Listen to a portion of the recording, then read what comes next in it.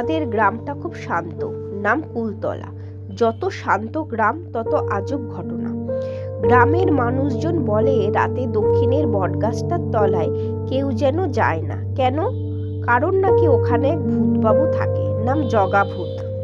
জীবিত অবস্থায় ছিলেন গ্রামের বিখ্যাত নাট্যশিল্পী, কিন্তু একদিন ভূতের পঞ্চালি নাটক করতে গিয়ে মঞ্চেই নাকি হঠাৎ অজ্ঞান হয়ে যান।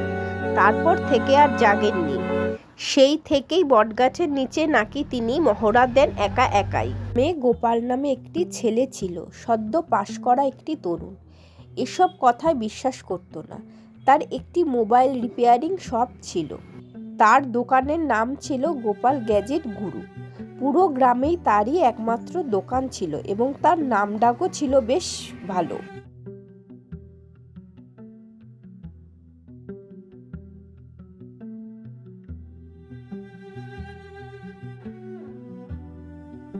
একদিন সন্ধ্যায় দোকান বন্ধ করার সময় সে দেখল এক নীল বর্ণের গম্ভীর চেহারার মানুষ দোকানের সামনে দাঁড়িয়ে আছে।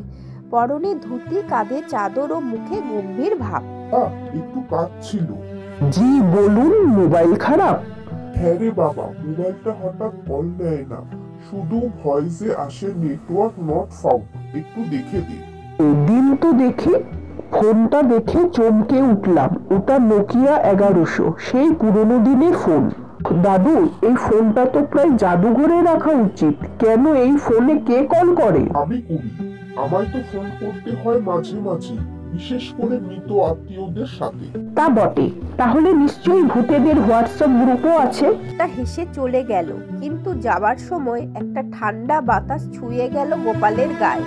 রাতে বাড়ি ফিরে গোপালের মাথা ব্যথা শুরু হলো। বিছানায় শুয়ে ভাবছে লোকটা কে ছিল। হঠাৎ মোবাইলটা বাজতে লাগলো। স্ক্রিনে লেখা জগাভূত কলিং। হ্যালো। এই গোপাল, মোবাইলটা সারাই করবি না? আমি রাতে এসে দোকানে হানা দেব। আপনি কে? আমি জগা ভূত। আজ তো দোকানে গেছিলাম সকালে। আমার ফোনে এখনো নেটওয়ার্ক আসেনি। আমি এখন বটগাছের 4 নম্বর ডালের নিচে আছি, তাড়াতাড়ি এসে দেখে যা। আমার সাথে কি কেউ মজা করলো? কিন্তু কে মজা করতে পারে?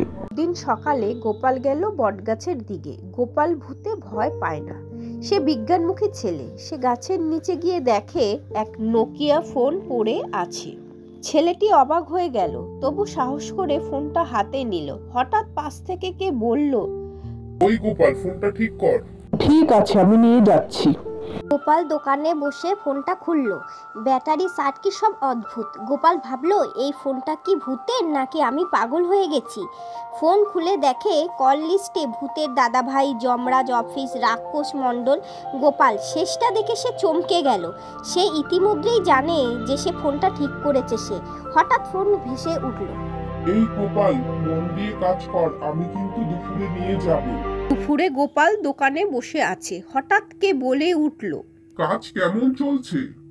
বাবু, কাজ চলছে, তবে নেটওয়ার্ক প্রবলেমটা বুঝতে পারছি না। তুই কি জানিস, ভূত আর মানুষদের নেটওয়ার্ক আলাদা। আমাদেরটা চলে 8টা ওয়েভে। আমি তো সেই নেটওয়ার্ক ধরতে পারবো না। না, পারবি না, কিন্তু আমি তোর দোকানে গোস্ট টাওয়ার বসাতে পারি। না না দাদা, ওসব বসাবেন না।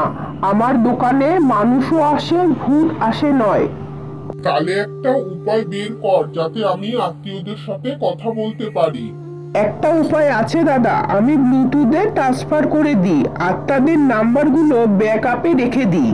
রাতে আবার ফোন এলো। গোপাল, কাল রাতে বটগাছের নিচে আয়, একটা চুক্তি আছে। ভয় পাস না, তোর কিছু হবে না। গোপাল বটগাছের তলায় আসলো। সেখানে দেখে ভূতবাবু বসে আছে।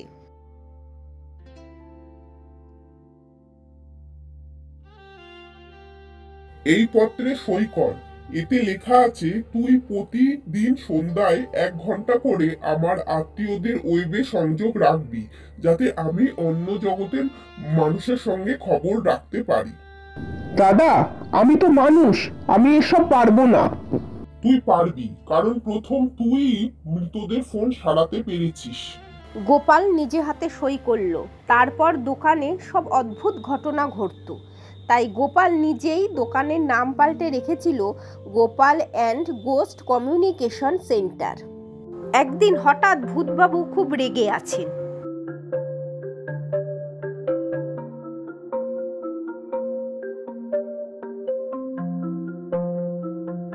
গোপাল, তুই আমার ফোনে ভয়েস কলার টিউন বসিয়ে দিয়েছিস?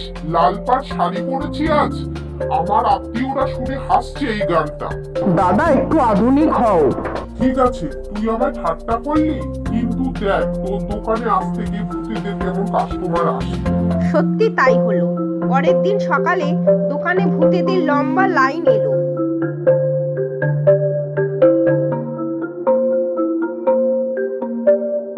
একদিন হঠাৎ সব চুপচাপ, কোনো ফোনও আসছে না। ভূতুবাবু কোনো খবর নেই।